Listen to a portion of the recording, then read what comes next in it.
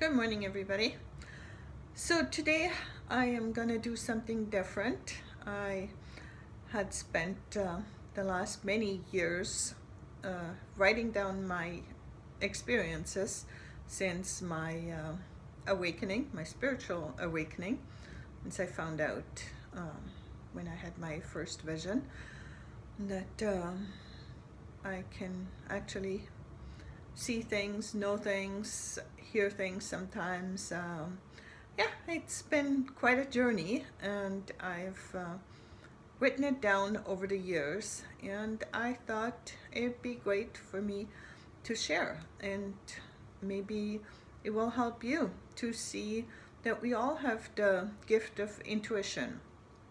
We're just, so many of us are not aware of it. I mean, I had the odd experiences before this vision where I actually realized that something was definitely different. And sorry, I had to get back, but I was gonna just start reading and do about 10 minutes for each of the videos, so it's not too long and it's easy to get back to the next one.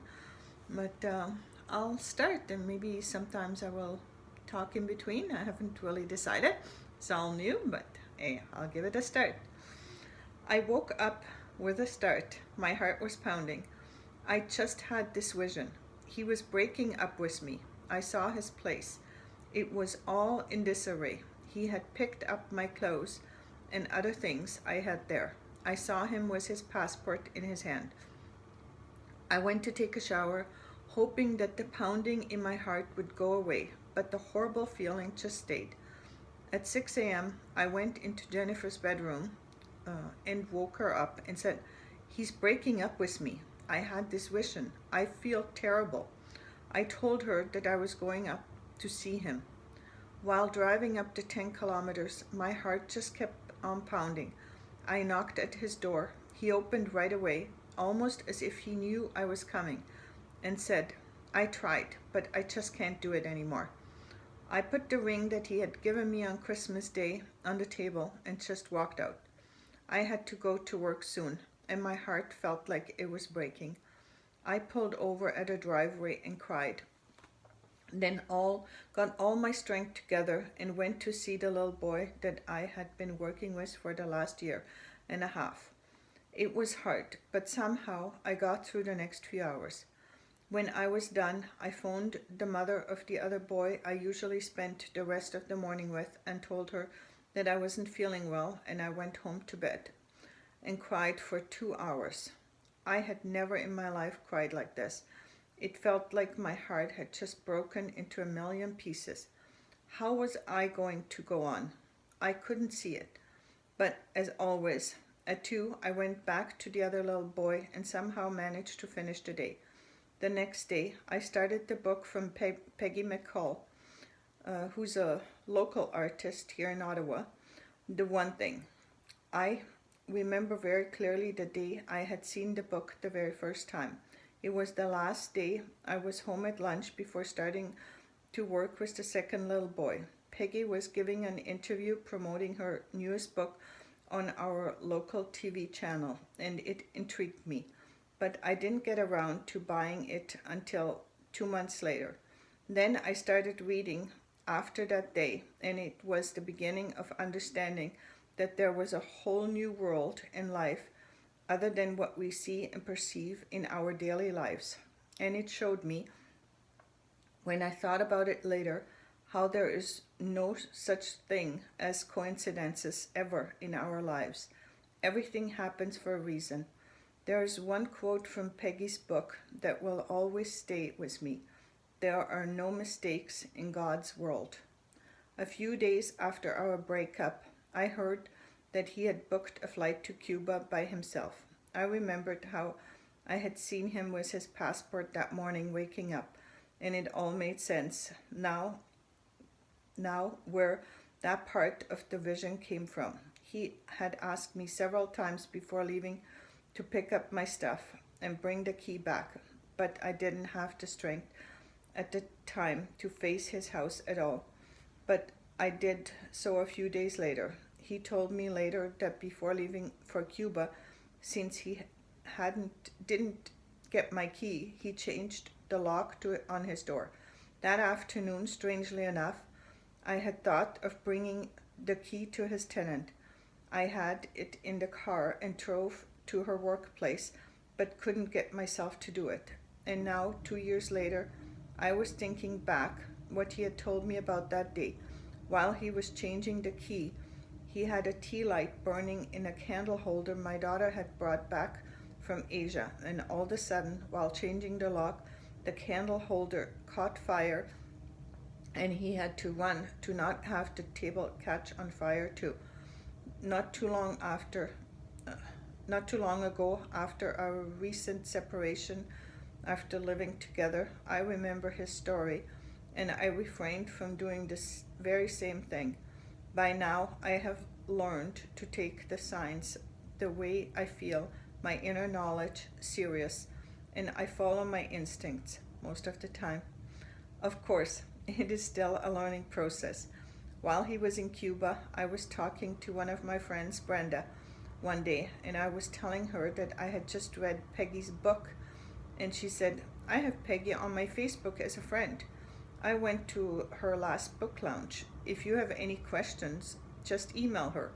So I did write Peggy and told her about our breakup and how hard it was, and I didn't know what to do. She asked me if I told him how I feel, and I told her he was away right now, but I said I would once he comes back.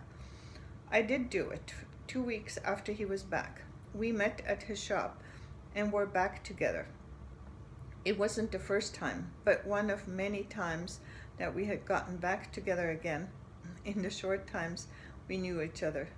Going back to the beginning of our story, we had met in the summer of 2008 for dinner and then didn't see each other again till many months later. At that time, I was still living in the East End of Ottawa while he was in the West End. He emailed me one day in December that year and told me to let him know if I needed some car repairs or if I would like to go out again. I emailed back okay and left it at that. 2 months later, on one of my trips back home with the little boy I worked with, I all of a sudden thought, I'm going to drive up there and book an oil change with him. So I did, and when he gave me the card with the appointment on it, he asked, can I write dinner and dance on Saturday on it as well? I thought about it for a second and remembered that it was my weekend to work. I was in home care. I was a home care nurse and was working every second weekend. So we left it at that, but 2 days later I did phone him and told him I would be okay with dinner as long as I get home at a reasonable time. So we had dinner at his house February 7th for the first time. We instantly hit it off. We were comfortable with each other from the start, found out that we both liked traveling very much, exploring new things, day trips, and yeah, the simple life. Neither of us were into having things, but just be.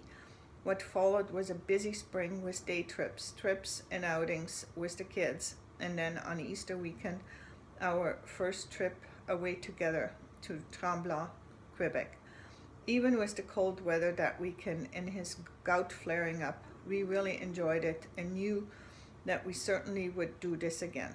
That summer, my two youngest girls were going to spend the summer working at the camp, and that gave us some time together alone. We started the summer with a 3-day boat trip on the Rideau Ferry to Perth, from Perth to the Oppinicon, where we stayed. And thinking back, that day, July 1st, was the first time I noticed the help we get from the spirits, angels, guardian angels, whatever you want to call it, especially when there is danger. We had stopped in Perth for breakfast, and I asked him to stop at the coffee shop so I could bring one for the road. Walking towards the truck, my eye caught the wheel of the boat trailer, and something just seemed off. I walked closer, and I said to him, "Something is wrong here. It doesn't look right." Now, having said that, I have absolutely no technical skills whatsoever, and I wouldn't know the first thing if something was wrong. He was the mechanic, so I never had to think about it. But that morning, something certainly warned me. When we were right in front of it, he saw that the bearing was totally gone and the tire had melted the plastic cover over it. If I wouldn't have noticed it, we wouldn't have made it the next 7 kilometers to the boat launch. We would have lost the wheel and the boat, and it could have caused a terrible accident on this beautiful and very busy 1st of July, which is our national holiday. Lucky enough for us, the hardware store in town was open and he fixed the bearing as good as he could so we could head off for our trip. At the lounge, he asked his friend to order him the right parts so they would be there when we came back and fix it safely. We spent 3 beautiful days on the river, fishing, just enjoying the absolute breathtaking scenery. And I have to say, this was one of the first trips where I was at total peace. The days just flowed into each other, and I was sad to head back off home. But I still had 2 days left of vacation before starting the summer work at a local nursing home. I spent the next several days at his house since the girls were still away at camp. The weekend after, we ended up going to White Lake, not far from where we live. We didn't know that this lake would be like our second home for the summer, but we instantly liked it and booked several weekends there, some alone, some with the kids. He had his boats at the dock for the whole summer, and we spent so many summer mornings heading off fishing as soon as the daybreak came. I will never forget the beauty of these days.